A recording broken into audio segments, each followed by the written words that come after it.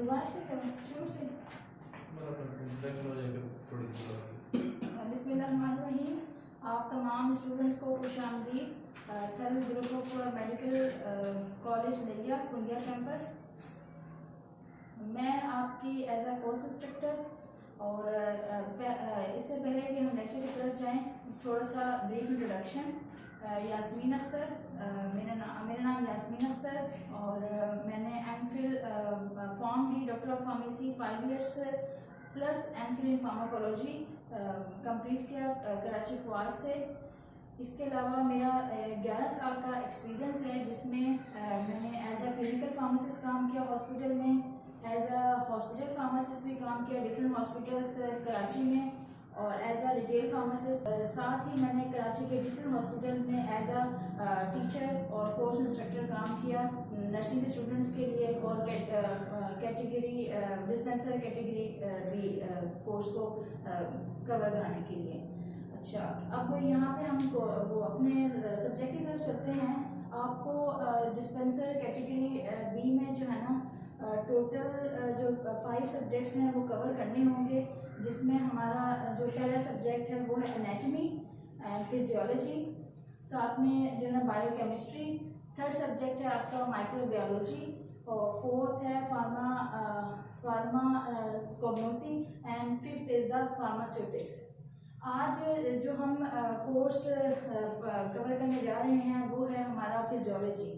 अच्छा, फिजियोलॉजी की जो बेसिक डेफिनेशन है, पहले मैं वो बताते चलूँ कि physiology is a branch of science. ये मेडिसिन की साइंस की वो ब्रांच है जिसमें आपके जो डिफरेंट बॉडी सिस्टम हैं वो कैसे वर्क करते हैं, और उनका आपस में जो है ना वो जो उससे इंटर रिलेटेड हैं, जो उससे हमारे बॉडी सिस्टम कनेक्टेड हैं, वो उससे मिलके जो है ना कैसे परफॉर्म करते हैं। तो बायोलॉजी जो है ना, ये physiology is a Greek word. Physio का मतलब है नेचर एंड लॉजी का मतलब है फंक्शन, कि आपके जो एक सिस्टम है नेचर का वो कैसे वर्क कर रहा है। अच्छा, इसमें आपका जो सबसे पहला टॉपिक है वो हम जो कवर करेंगे वो है आपका सेल। इस लेक्चर में हमने सेल और इसके जो कंपोनेंट्स हैं, सेल क्या है, सेल के कंपोनेंट्स क्या हैं, और कंपोनेंट्स के बाद जो है ना सेल का फंक्शन क्या है। फंक्शन में हमने एक सेल के फंक्शन से लेके और जो उसमें तमाम ऑर्गेनल्स वगैरह पाए जाते हैं उसके भी हमने डिटेल से जो है ना उनके फंक्शंस को और उससे पहले उनके स्ट्रक्चर्स को डिटेल से यहाँ पे पढ़ना है। अच्छा जी, सेल सबसे पहले सेल जो है ना क्या है। Cell is the basic structure and the function unit. Cell जिस तरह से एक आप इसकी एग्जांपल यूँ लेने के सेल जो है ना आपकी बॉडी का वो हिस्सा है जिससे फर्दर जो है ना आपका जो बाकी सिस्टम्स हैं वो उसे डेवलप होते हैं। सेल की एग्जांपल जो हमारी ये स्ट्रक्चर यूनिट भी है और आपका फंक्शन यूनिट भी है। जितने भी आपके वो बॉडी के सिस्टम हैं वो सेल से जो है ना वो बनते हैं, और फिर जो फंक्शन यूनिट है डिफरेंट सेल्स मिलके आपके बॉडी सिस्टम को इस काबिल बनाते हैं कि आप उससे कुछ जो है ना परफॉर्म कर सकें, कोई टास्क परफॉर्म कर सकें। जो सेल है उसकी जो सबसे लार्जेस्ट सेल है हमारी बॉडी में वो है फीमेल ओवम। फीमेल ओवम जो है वो हमारा सबसे लार्जेस्ट सेल है। ये फीमेल ओवम है।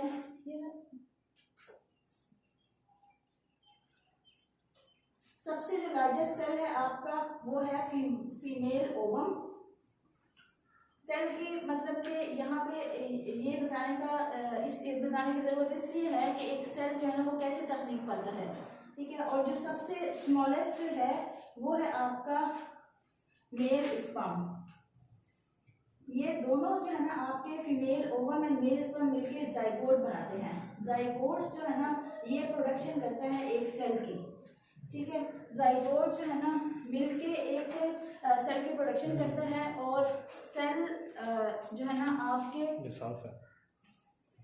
डिफरेंट ये एक सेल मिला के फिर ये बन जाता है एक पेरेंट सेल। इससे जो है ना आपके फर्दर जो सेल्स हैं वो डेवलप हो रहे होते हैं। जाइगोट जो है इसलिए आपका एक सेल की प्रोडक्शन के लिए जो है ना रोल अदा करता है जाइगोट।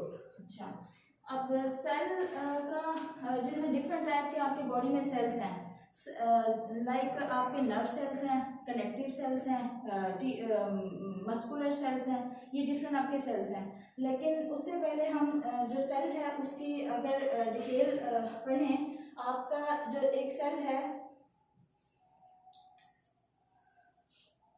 सब इसका जो अब इसके हम स्ट्रक्चर की तरफ आ रहे हैं कि सेल मेम्ब्रेन है और दूसरा है साइटोप्लाज्म। ठीक है,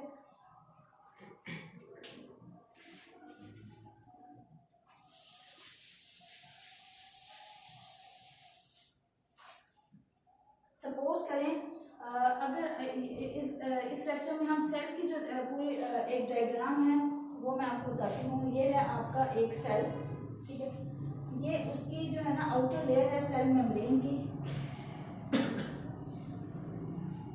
यहाँ पे आपका इस सेल के अंदर एक न्यूक्लियस पाया जाता है, ये है आपका न्यूक्लियस। ये सेल मेम्ब्रेन और न्यूक्लियस के दरमियान का जो पोर्शन है वो कहलाता है साइटोप्लाज्म। ये जो एरिया है आपका सेल मेम्ब्रेन और आपका जो न्यूक्लियस है सेल के अंदर, उसके दरमियान में जो पार्ट है वो कहलाता है साइटोप्लाज्म। आपके बॉडी के तमाम सेल्स, कनेक्टिव टिश्यूज हो गए हैं, मस्कुलर टिश्यू हो गए हैं, हर सेल के अंदर न्यूक्लियस पाया जाता है एक्सेप्ट ब्लड सेल्स जिसमें न्यूक्लियस नहीं पाया जाता। ये इस आपका जो ये सेल जो ह्यूमन बॉडी का सेल है, ह्यूमन बॉडी के सेल में डिफरेंट ऑर्गेनल्स प्रेजेंट हैं, वो मैं उसकी तफसील आगे बताऊंगी। ये फ्लूइड्स है, एक फ्लूइड्स में जो है ना डिफरेंट ऑर्गेनल्स जो है ना वो सस्पेंडेड हैं। अब आपका जो सेल है, सेल बराबर है cell membrane plus cytoplasm plus nucleus. Cytoplasm is a combination of cytosol plus organelles. ये बेसिक स्ट्रक्चर डेफिनेशन है सेल की। सेल के जो स्ट्रक्चर है वो है, उसके बेसिक स्ट्रक्चर में सेल मेम्ब्रेन है, साइटोप्लाज्म है एंड द न्यूक्लियस है। Cytoplasm is the combination of cytosol वो लिक्विड है जिसमें आपके जो ऑर्गेनल्स हैं, सेल में जो डिफरेंट ऑर्गेनल्स पाए जाते हैं वो सस्पेंडेड होते हैं। यहाँ पे ये सस्पेंडेड हैं। ऑर्गेनल्स प्लस आपका जो साइटोसोल है वो कहलाता है साइटोप्लाज्म। अच्छा, अब आते हैं उसका जो फर्स्ट बेसिक पार्ट है सेल मेम्ब्रेन का, उसके फंक्शंस क्या हैं और वो सेल के लिए क्या रोल अदा प्ले करती है। सेल मेम्ब्रेन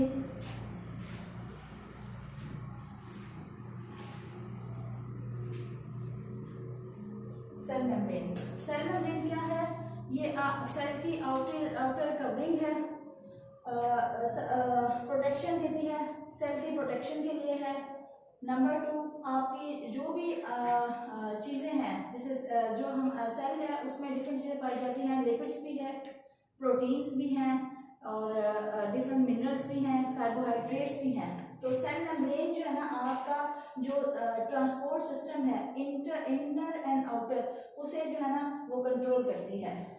ये लिपिड बैरियर मेम्ब्रेन होती है आपकी, जो उसमें डिफरेंट आयंस हैं, डिफरेंट प्रोटीन्स हैं, कार्बोहाइड्रेट्स हैं, लिपिड्स हैं, वो उसे उनकी ट्रांसपोर्टेशन को कंट्रोल करती है। अच्छा, ये पैसेज भी प्रोवाइड करती है जिसमें से वाटर सोल्यूबल कुछ सब्सटेंसेस हैं वो इनसाइड या आउटसाइड सेल है, इनसाइड सेल के अंदर आ जाए या सेल से बाहर जा रही हैं। सेल मेम्ब्रेन का काम है उन्हें कंट्रोल करना।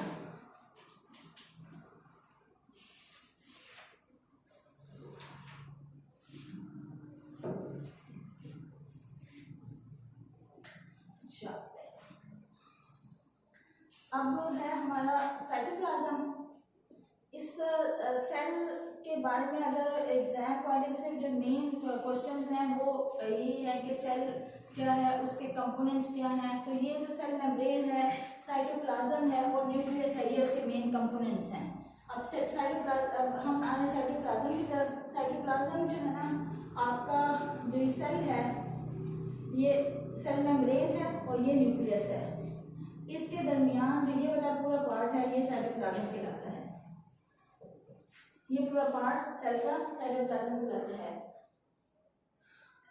अच्छा, cytoplasm is also consisting of two parts ना, endoplasm and the ectoplasm. Endoplasm वो वाला पार्ट है जो कि न्यूक्लियस के करीब पाया जाता है, ये वाला, और जो न्यूक्लियस से दूर है वो है आपका एक्टोप्लाज्म।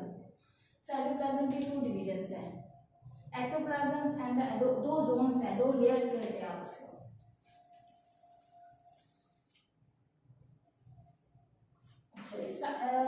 जैसे मैंने पहले जिक्र किया कि आपका साइटोसोल क्या है, ये वो लिक्विड है आपका जिसमें आपके different organelles are suspended in the cell. Different organelles हैं। अच्छा, आप डिफरेंट ऑर्गेनेल्स की तरफ आते हैं, वो क्या क्या हैं आपके डिफरेंट ऑर्गेनेल्स?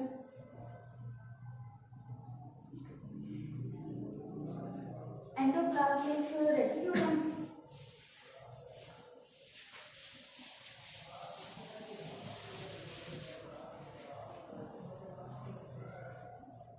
नंबर 1।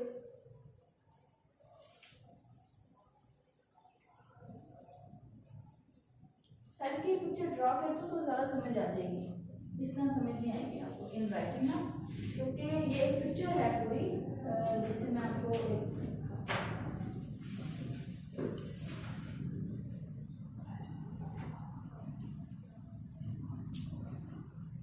ये एक पूरी पिक्चर है, जैसे ये सेल की पूरी पिक्चर है। इसमें आपके जो ऑर्गेनेल्स हैं उन्हें जो है ना उन्होंने बताया गया है। तो ये मैं जैसे पिक्चर ड्रॉ करके बताती हूँ, इसमें वो ऑर्गेनेल्स जो है ना वो क्या हैं और उनके क्या फंक्शंस हैं।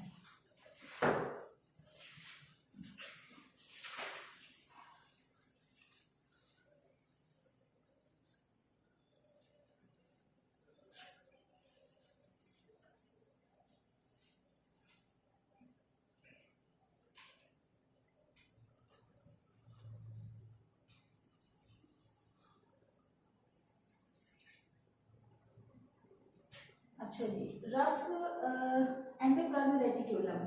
एंडोप्लाज्मिक रेटिक्यूलम एक ऑर्गेनेल है जो कि सेल में पाया जाता है। इसकी भी फर्दर टू डिवीजन्स हैं, rough endoplasmic RER reticulum and smooth endoplasmic reticulum. Rough और स्मूथ एंडोप्लाज्मिक रेटिक्यूलम ये ट्यूबुलर स्ट्रक्चर होता है जो कि न्यूक्लियस के साथ अटैच होता है। ये इस तरह से स्ट्रक्चर यूनिट है। ये एंडोप्लाज्मिक रेटिक्यूलम है जो कि ऑर्गेनेल्स है। यहाँ तक क्लियर है? सेल मेम्ब्रेन है, साइटोप्लाज्म है, ये वाला पार्ट साइटोप्लाज्म है। साइटोप्लाज्म में सेल के डिफरेंट ऑर्गेनेल्स हैं जो कि मुख्तलिफ फंक्शंस परफॉर्म करते हैं। उसमें जो पहला ऑर्गेनेल है जिसका मैंने जिक्र किया वो है endoplasmic reticulum. Endoplasmic reticulum tubular structure होता है जो कि न्यूक्लियस का पाया जाता है। अच्छा, स्मूथ रफ में सिर्फ एक छोटा सा डिफरेंस है, जो स्मूथ एंडोप्लाज्मिक रेटिक्यूलम है वो ये है स्मूथ है, ये है स्मूथ, लेकिन जो रफ एंडोप्लाज्मिक रेटिक्यूलम है उसके साथ राइबोसोम्स अटैच हैं। रफ एंडोप्लाज्मिक रेटिक्यूलम के साथ राइबोसोम, इस तरह से इन्हें डिफरेंशिएट किया गया है कि smooth endoplasmic reticulum and rough endoplasmic reticulum. अच्छा, जो रफ एंडोप्लाज्मिक रेटिक्यूलम है राइबोसोम्स है। राइबोसोम्स जो है ना वो आपका प्रोटीन्स यूनिट है जो कि आपके प्रोटीन्स कैरी करते हैं और प्रोटीन्स को कैरी करके न्यूक्लियस तक पहुंचाते हैं। ठीक है, ये रफ एंडोप्लाज्मिक रेटिक्यूलम है, ये आपके प्रोटीन्स कैरिंग एंडोप्लाज्मिक रेटिक्यूलम है, और जो राइबोसोम्स हैं ये प्रोटीन को कलेक्ट करके न्यूक्लियस तक पहुंचाते हैं।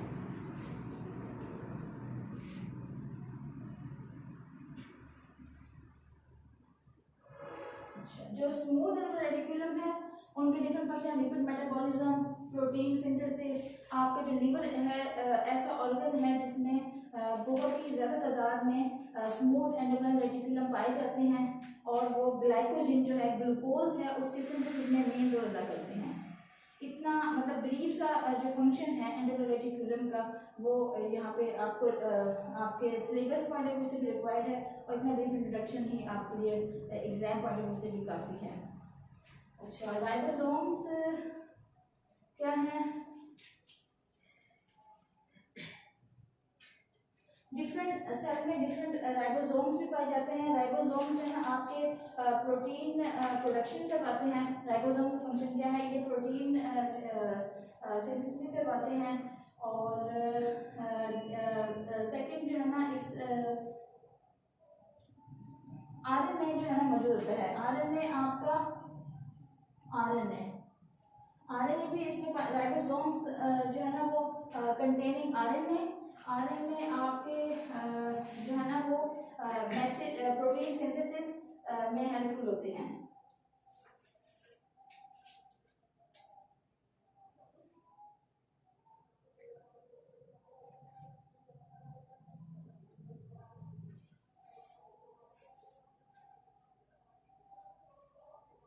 सेकंड जो आपका ऑर्गेनल्स है वो है एंडोक्राइन रेटिकुलम, उसके बाद है सेकंड आपने राइबोसोम्स एंड थर्ड जो है ना आपने गोल्जी अपैरेटस।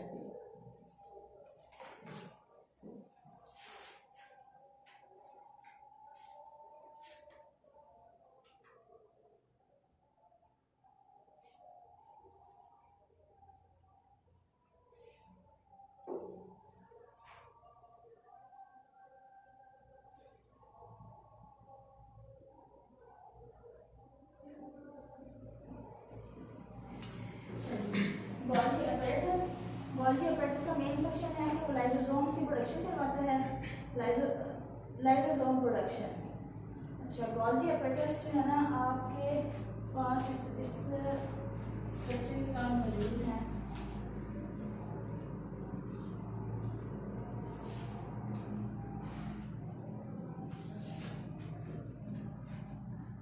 ये स्ट्रक्चर गोल्जी अपैरेटस का।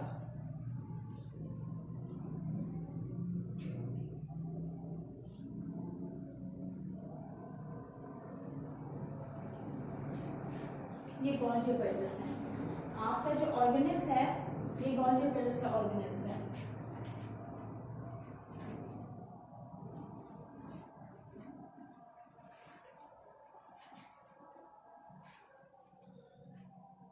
Third mitochondria, third organelles is the mitochondria. Mitochondria is the fourth organelle of the cell. Mitochondria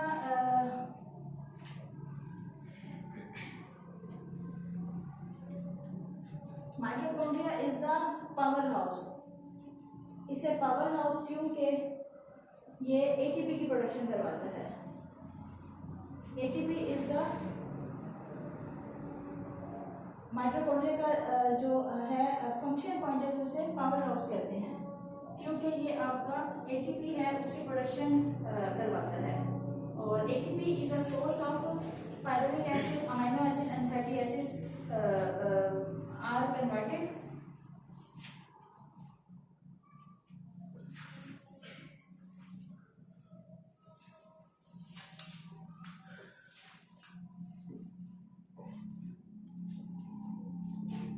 यहाँ तक क्लियर है? कोई क्वेश्चन है किसी का?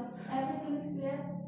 चार आपके ऑर्गेनल्स हैं वो जो है ना कवर्ड है। अच्छा, सेकेंड एक और भी मेन इसमें है ऑर्गेनल्स।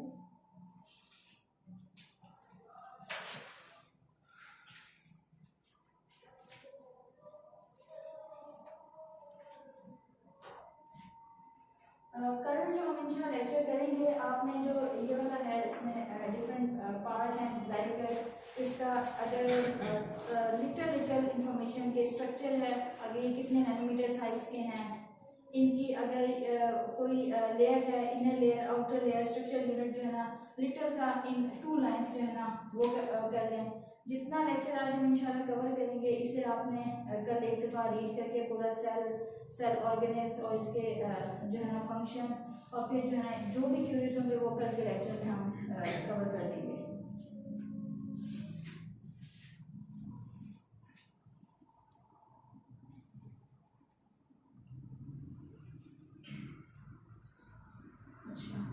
लाइसोसोम्स भी एक ऑर्गेनेल्स है इसका।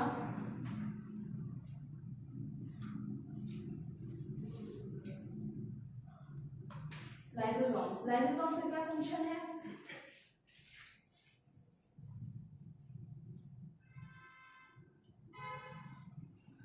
इसे कहते हैं सुसाइडल बैग्स।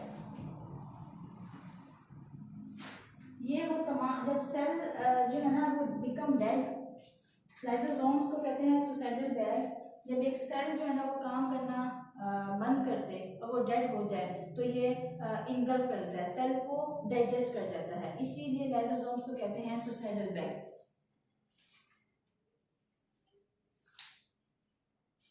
अब आते हैं न्यूक्लियस की तरफ। ये ऑर्गेनेल्स हैं, ये ऑर्गेनेल कवर हो गए हैं। अब आते हैं न्यूक्लियस की तरफ। ये न्यूक्लियस है, ये न्यूक्लियर मेम्ब्रेन है,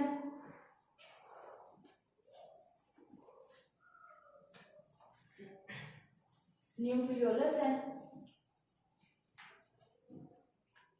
स्पेलिंग आप कर लेंगे। ये न्यूक्लियोलस है, ये न्यूक्लियर मेम्ब्रेन है। न्यूक्लियस का क्या फंक्शन है? ये हेड ऑफ द सेल कहलाता है। तमाम कम्युनिकेशन जो एक सेल में हो रही होती हैं, तमाम मैसेजिंग और तमाम genetic material, DNA is also present in the nucleus.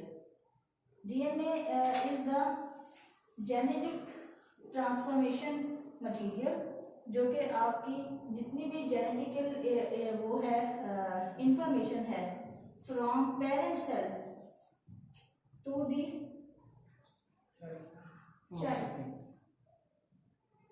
Child cell है, जो भी न्यू जनरेटिंग सेल है। जैसे एक जाइगोट वो लेता है, एक जाइगोट है, जाइगोट से जो है ना फर्दर जाइगोट एक सेल बन जाता है। ये एक सेल से जो डिफरेंट सेल है, अब ये लाइव सेल है, लाइव सेल से डिफरेंट हमारे लाइव सेल्स जो है ना प्रोडक्शन में आते हैं। तो जो भी जेनेटिक मटेरियल है वो आपके न्यूक्लियस से डीएनए की सूरत में पेरेंट सेल से चाइल्ड सेल में ट्रांसफर होता है।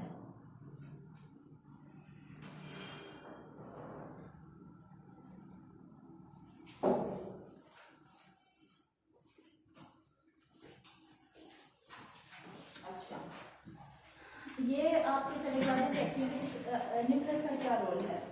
ये कहते हैं हेड ऑफ द सेल है, तमाम जेनेटिक इंफॉर्मेशन है उसे कंट्रोल करता है। आपके सेल में जितनी भी डिविजन्स हैं, जिसे आपने पढ़ा होगा माइटोसिस, मियोसिस, वो एक न्यूक्लियस के जरिए जो है ना आती हैं। एक सेल है वो डिफरेंट सेल, एक सेल से डिफरेंट सेल बनते हैं, वो फिर माइटोसिस बनते हैं। माइटोसिस प्रोसेस के जरिए एक सेल से फर्दर डिवीजन से माइटोसिस से जो डिफरेंट सेल बनते हैं। नंबर 2, जितनी भी आपकी genetic activity, cell division, protein synthesis और कोऑर्डिनेशन जो है वो आपका न्यूक्लियस कंट्रोल कर रहा होता है। यहाँ तक कोई कंफ्यूजन है? अच्छा, नेक्स्ट जो हमारा टॉपिक है वो है टिश्यूज।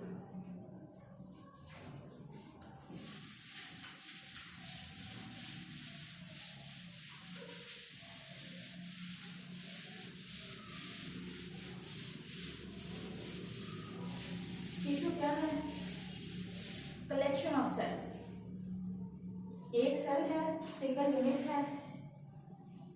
सेल हमारा सेल से जो है ना हमारे टिश्यूज मल्टीपल, अगर सेल है, सेल की डिफरेंट टाइप हो सकती है। सेल की अगर जैसे नर्व सेल्स हैं, आपके मस्कुलर सेल्स हैं, कनेक्टिव टिश्यू सेल्स हैं, ये टोटल ऐसे। लेकिन मुख्तलिफ जो सेल हैं, cluster of cells are lead to the formation of tissues. Tissue से हमारा बनता है ऑर्गन, मुख्तलिफ टिश्यू मिलकर ऑर्गन बनाते हैं। ऑर्गन से हमारा बनता है ऑर्गन सिस्टम। ऑर्गन सिस्टम से मुराद मुख्तलिफ टिश्यू सेल्स मिलकर बनाएंगे tissue. Collection of cell, tissue इस तरह से है जैसे एक आप कोई धागा ले लें, स्वेटर है, एक ही तरह के धागे से वो डिफरेंट स्वेटर बुने जाते हैं तो वो एक कंप्लीट स्वेटर बन जाता है। तो इसी तरह से जो है ना डिफरेंट सेल्स मिलके टिश्यू बनाते हैं। टिश्यूज डिफरेंट मिलके एक ऑर्गन को डेवलप करते हैं। जैसे आपका एक ऑर्गन बन गया है मैदा, स्टमक जो है ना आपका एक ऑर्गन है, ब्रेन जो है ना आपका एक ऑर्गन है, हार्ट आपका एक ऑर्गन है। ऑर्गन से एक ऑर्गन सिस्टम बन जाता है। अब मैदा आपका जो स्टमक है, आपके इंटेस्टाइन है, आपके लार्ज इंटेस्टाइन है, डिफरेंट सेल से मिलके वो बनती हैं। अब stomach, large intestine, small intestine मिलके आपका एक कंप्लीट डाइजेस्टिव सिस्टम बना देती हैं। तो इस तरह से सेल से आपका जो है ना एक ऑर्गन सिस्टम बन जाता है। तो टिश्यू की जो बेसिक डेफिनेशन है वो ये है कि आप tissue presence of relatively few cells, large number of intercellular substances, मतलब कि आपके जो same different type of cells मिलके जो एक ऑर्गन को डिवेलप वो क्लस्टर बनाते हैं, वो आपके टिश्यूज कहलाते हैं, different type of sales.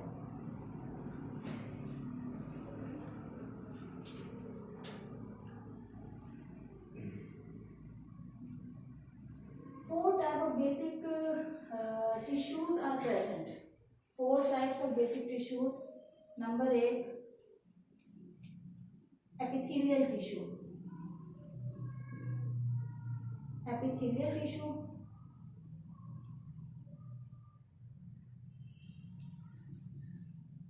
Connective tissue.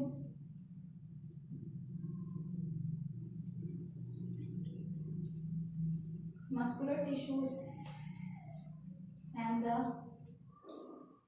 nerve tissues.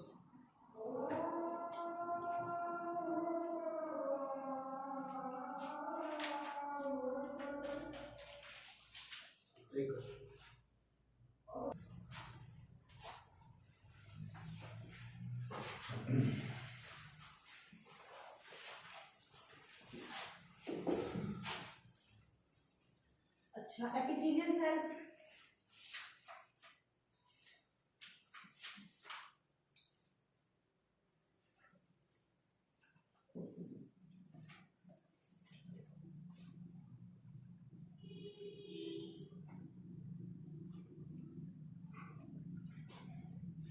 Epithelial cells के बारे में हम पढ़ते हैं। एपिथेलियल सेल आपके दो तरह के होते हैं, simple epithelial cell and stratum epithelial cell.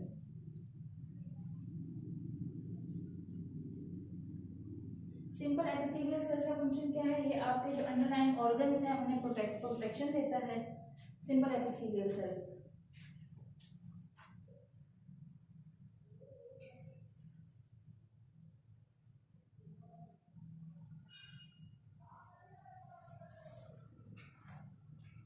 And stratum epithelial cell का फंक्शन है जो अंडरलाइंग आपके स्ट्रक्चर्स हैं उनको प्रोटेक्शन देता है।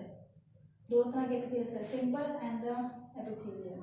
ये ग्राउंड ये simple epithelial cell is present on the surface, और जो आपका स्ट्रैटम है एंड इनका स्ट्रक्चर यूं है।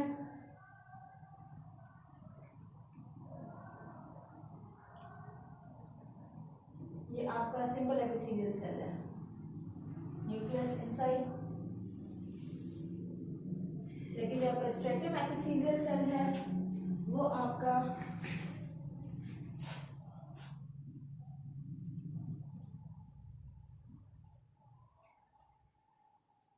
आपके डबल प्रोटेक्शन, अंडरलाइंग स्ट्रक्चर है उन्हें डबल प्रोटेक्शन है। ये आपका स्ट्रैटम एपिथेलियल सेल है। ये सिंपल एपिथेलियल सेल है, सिंगल लेयर, ये सिंगल लेयर होता है, डबल बना दे लेकिन सिंगल लेयर एपिथेलियल सेल है। और स्ट्रैटम वो इस तरह से है, ये आपके अंडरलाइंग जो ऑर्गन्स है उन्हें डबल प्रोटेक्शन देता है। एपिथेलियल सेल का मेन मकसद भी है, जैसे कि नाम इंडिकेटेड है, ये आपकी आउटर कवरिंग है जो आपके अंडरलाइंग जो tissue as a tissue act करती है, अंडरलाइंग ऑर्गन्स को प्रोटेक्ट करती है। Second is the connective tissue.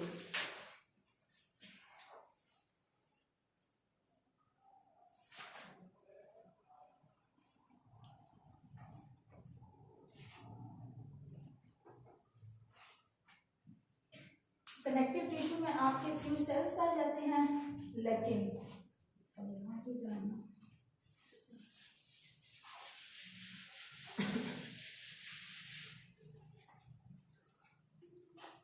आपके डिफरेंट स्ट्रक्चर्स पाए जाते हैं कनेक्टिव टिश्यू में। कनेक्टिव टिश्यू में आपका जो मेन स्ट्रक्चर है, लाइक आपकी बोन हो गई है, आपके जॉइंट्स हो गए हैं, वो कनेक्टिव टिश्यू में आते हैं। Connective tissue is consisting of following structures में सेल मौजूद है, इसमें आपके फाइबर्स मौजूद हैं और साथ में इसके ग्राउंड सब्सटेंसेस मौजूद हैं। ये इसकी स्ट्रक्चर यूनिट है। Cell, fibres and the ground substances are present in the connective tissue. Fibres और आपके ग्राउंड सब्सटेंसेस हैं are forming the matrix, and matrix is composing the bone. Bone is a solid matrix. ठीक है जी।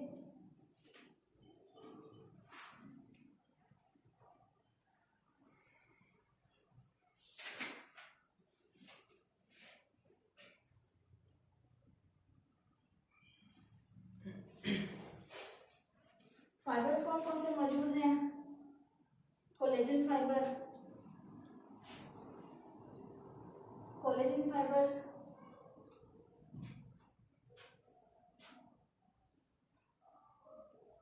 Reticular fibre,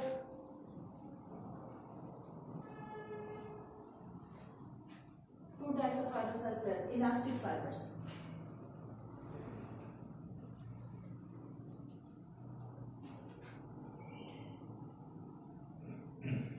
हर cell में इनकी proportions very करती है। किसी सेल में आपका कोलेजन फाइबर ज़्यादा है, किसी में रेटिकुलर फाइबर ज़्यादा है, किसी में इलास्टिक फाइबर। ये समझ आ रही है? Collagen fibre, reticular fibre and the elastic fibres.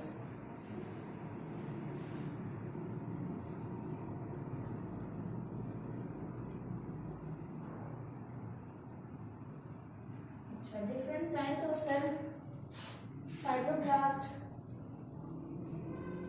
Connective tissue जो सेल्स हैं, सेल जो कि आपके कनेक्टिव टिश्यू को बना रहे हैं वो डिफरेंट टाइप्स के हो सकते हैं, डिफरेंट टाइप्स हो सकते हैं, लेकिन वो उनका मजमुआ जो है ना वो आपका टिश्यू डेवलप करता है, कनेक्टिव टिश्यू। तो जो डिफरेंट टाइप्स हैं सेल की जो कनेक्टिव टिश्यू में पाई जाती हैं, जो कि कनेक्टिव टिश्यू को बनाती हैं, वो है आपका फाइब्रोब्लास्ट, आपके मास्ट सेल, आपके प्लाज्मा सेल्स। ये सेल की टाइप्स हैं। आपके फैट सेल और आपके वांडरिंग सेल्स। ये क्लियर है?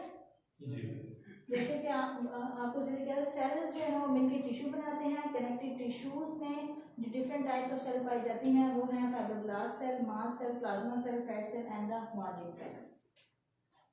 मैडम ये जितने भी सेल्स हैं ये किसी एक ऑर्गन में पाए जाते हैं, ये मिलके मुख्तलिफ ऑर्गन में आते हैं? डिफरेंट ऑर्गन में इनकी डिफरेंट प्रोपोर्शन होती है। जैसे बोन है आपका, जो डिफरेंट बॉडी की बोन्स हैं उसमें इनकी जो प्रोपोर्शंस है वो चेंज हो सकता है। आपका जो बोन है उसमें आप जो है ना ज़्यादा फाइब्रोब्लास्ट पाए जाते हैं, ऑस्टियोब्लास्ट पाए जाते हैं, ऑस्टियोक्लास्ट पाए जाते हैं। इस तरह डिफरेंट टाइप ऑफ सेल्स हैं। इसी तरह से जो आपका प्लाज्मा सेल है, ये डिफरेंट ऑर्गन्स में इनकी प्रोपोर्शन डिफरेंट होती है, लेकिन सेल जो है ना वो मुख्तलिफ सेल्स मिल के आपका एक टिश्यू बना देते हैं। उसमें जो सेल्स हैं उनकी जो डिफरेंट टाइप के सेल हैं वो प्रोपोर्शन उनकी वेरी करती है।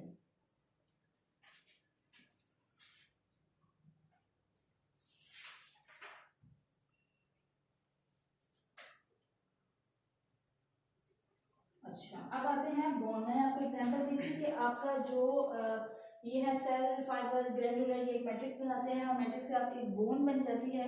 तो जो आपका बोन है वो आपकी strong and durable type of connective tissue है। बोन आपकी ड्यूरेबल टाइप कनेक्टिव टिश्यू है लाइक अदर टाइप ऑफ। अच्छा, बोन सेल्स जो है ना आपके 3 तरह के होते हैं, ऑस्टियोसाइट्स, ऑस्टियोक्लास्ट एंड ऑस्टियोब्लास्ट।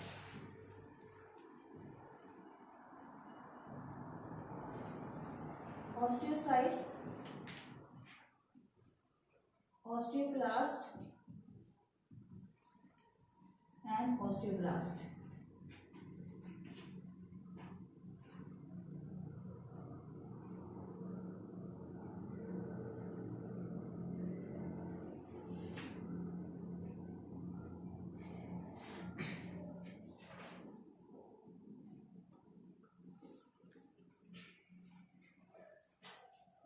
अच्छा, बोन आपका जो टाइप्स ऑफ बोन टिश्यू है, मैक्रोस्कोपिक एग्जामिनेशन में आपकी कॉम्पैक्ट बोन आती है, स्पंजी बोन्स आ जाती हैं, और इसमें आपका जो बोन मैट्रिक्स है उसमें आपका जो है inorganic and organic substances are present.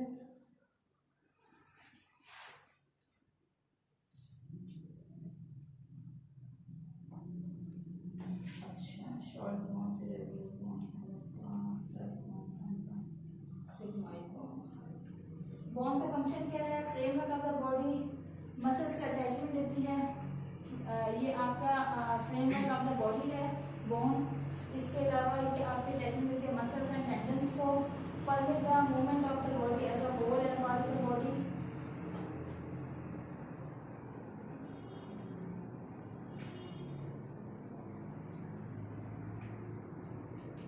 अच्छा,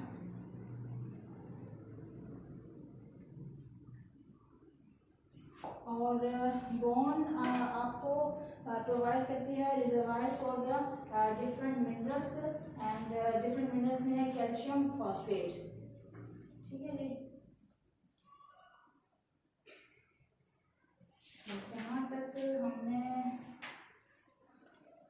यहाँ तक हम आज का लेक्चर वाइंड अप करते हैं, और इंशाल्लाह कल रेस्ट जो है इसके जो रिलेटेड टॉपिक्स हैं, जॉइंट्स और लिम्फ नोड्स, हम ये कवर करेंगे, क्योंकि ये भी काफ़ी टॉपिक है। इस तरह से हमारा जो फर्स्ट चैप्टर है वो कवर हो जाएगा।